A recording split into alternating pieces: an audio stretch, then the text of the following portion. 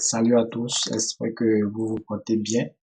Donc, je vais essayer dans cette vidéo, je vais essayer à mon même niveau de vous expliquer un peu la différence, ok? La différence entre une tendance et une structure. Donc, je vais commencer déjà par la définition basique d'une structure. En termes basiques, une structure est une alternance de tendance, ok? Donc, lorsque je vais parler de structure haussière, vu que c'est une alternance de tendance, alors une structure sera haussière lorsque la tendance haussière sera plus longue que la tendance baissière. Et une structure sera baissière lorsque la tendance baissière sera plus longue que la tendance haussière. Ça, c'est la définition de structure. Donc, une structure est simplement une alternance de tendance. À partir de cette définition, je prends le schéma qui se trouve à notre droite ici. Donc ici, je viens de faire le schéma d'une structure. OK? Donc ici, nous avons l'exemple d'une structure haussière. Donc j'ai dit qu'une structure est une alternance de tendance. Donc ça veut dire dans la structure, j'aurai des tendances haussières et des tendances baissières. C'est l'ensemble qui va me donner la structure. OK? Donc si je pars à partir de la définition déjà, vous allez voir que ça, c'est une tendance. Ça, c'est une tendance. Ça, c'est une tendance. Tendance. OK? Donc, à partir de là, vous devez automatiquement savoir ce que c'est déjà qu'une tendance. Donc, une tendance est juste une impulsion. OK? Une impulsion. Donc, ici, lorsque je prends, par exemple, cette tendance que vous voyez, ça, c'est une impulsion haussière.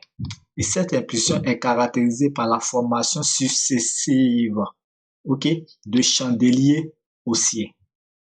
Ça, c'est une autre impulsion. Mais cette fois-ci, c'est une impulsion quoi? Baissière. Et l'impulsion baissière sera quoi? Caractérisée par la formation de chandeliers baissiers. Donc, au fur et à mesure, vous allez voir une impulsion ici. On a une impulsion là. Et pourquoi la structure est haussière? Tout simplement parce que les impulsions de hausse sont plus longues que les impulsions de baisse, ce qui va permettre de donner quoi? Des sommets et des creux qui seront de plus en plus hauts, tout simplement. Donc, à partir de cette définition, vous devez automatiquement savoir qu'une tendance, lorsque nous parlons de tendance haussière, on doit avoir, il s'agit simplement d'une impulsion. Donc, l'impulsion, c'est de savoir quelle est l'unité de temps qui vient de faire cette impulsion. OK? Donc, ce que vous devez mettre en tête déjà, l'impulsion, nous aurons ce schéma. Lorsque vous avez ce schéma, on a un breakout et ça, c'est une impulsion. Donc là, si je suis par exemple en weekly, ça, je viens d'avoir quoi? Une tendance haussière. Cette tendance, cette impulsion est caractérisée par la formation de quoi? Des chandeliers haussiers, OK, de même couleur. Si j'ai des chandeliers haussiers de même couleur, je viens d'avoir, il y a une tendance qui vient de naître. C'est une impulsion qui va donner naissance à une tendance. Mais à l'intérieur de cette tendance haussière qui se trouve là, à l'intérieur, lorsque vous allez partir sur les unités de temps inférieures, vous allez trouver quoi? Une structure. Ici, on a une tendance. OK? Parce qu'on n'a pas d'alternance, on ne voit pas d'alternance de tendance. On a seulement une seule tendance, on a seulement une seule direction. Il n'y a pas d'alternance de tendance baissière à l'intérieur. OK? Mais lorsque nous partons sur les unités de temps inférieures, nous allons avoir des alternances de tendance. Là, nous parlons maintenant de structure. Donc, voici un peu la différence. Donc, lorsqu'on a une impulsion, en principe, après chaque impulsion, on doit avoir quoi? Un pullback ou ce que d'autres appellent aussi un retracement. Pour savoir que le retracement doit commencer, en principe, nous devons observer quoi? La structure de l'unité de temps inférieure de la tendance. OK?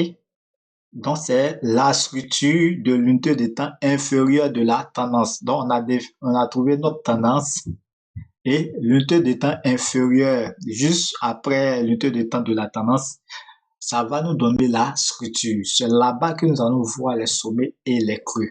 Et c'est à partir de là-bas que un pullback ou un rétracement pourra se confirmer. Et à partir de là, nous pouvons trader le pullback jusqu'à ce que le prix arrive dans la zone. OK?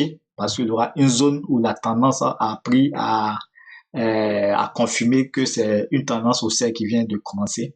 Et c'est dans cette zone maintenant, soit nous observons de voir comment le marché va réagir. OK? Donc, je vais faire, ça c'est de façon, une explication vraiment théorique. Je vais faire la vidéo, une deuxième vidéo qui va vous expliquer sur un graphique comment nous cherchons la tendance, que nous tradons.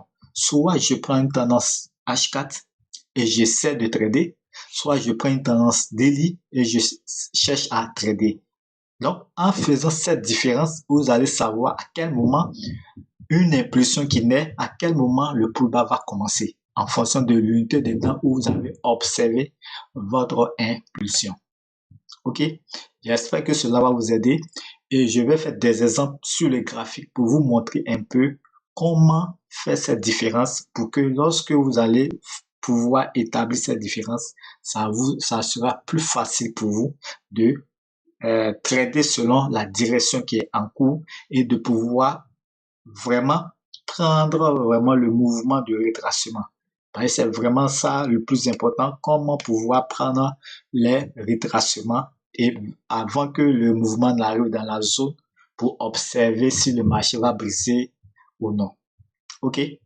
Donc d'ici là, nous donnons rendez-vous pour la suite pour vous expliquer de façon graphique tout ce que nous venons de voir. OK? Merci.